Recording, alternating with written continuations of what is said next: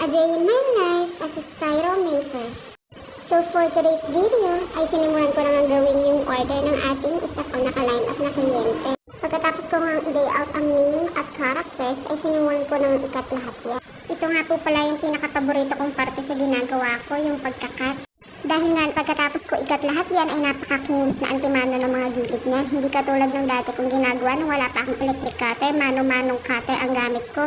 Kaya nagdiliha pa talaga ako ng mga gilid nun. Hindi tulad ngayon nung electric cutter na yung gamit ko. Automatic yan, napakakinis na po ng mga gilid niyan. So yun na nga, patapos na ikat lahat yan at nagtimpla na nga ako ng pintura dyan. Kulay dark pink nga yung pangalan na request ni client dyan. So, dapat mas lamang yung kulay pula kaysa sa puti para maging dark pink. At pagkatapos ko nga magtimpla ng pintura, ay sinimulan ko ng pinturahan lahat. Simula sa names at sa characters. At pagkatuyo nga ng unang coat, ay sinundan ko kaagad ng second coating yan para nga hindi manipis yung pintura at maganda ang kakalabasan ng resulta.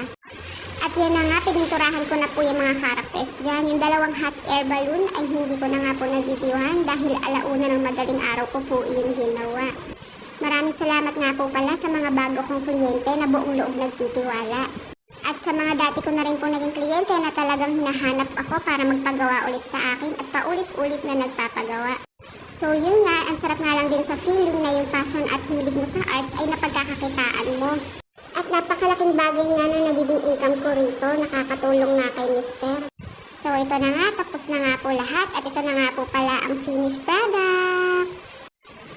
Yan na nga po ang natapos natin gawin. Ayan, girl na girl. Yan po ang request ni client. Girl team po ng bear. At yan na nga po, well packed nga po yan. Balot na balot po ng bubble wrap yan at secured na secured.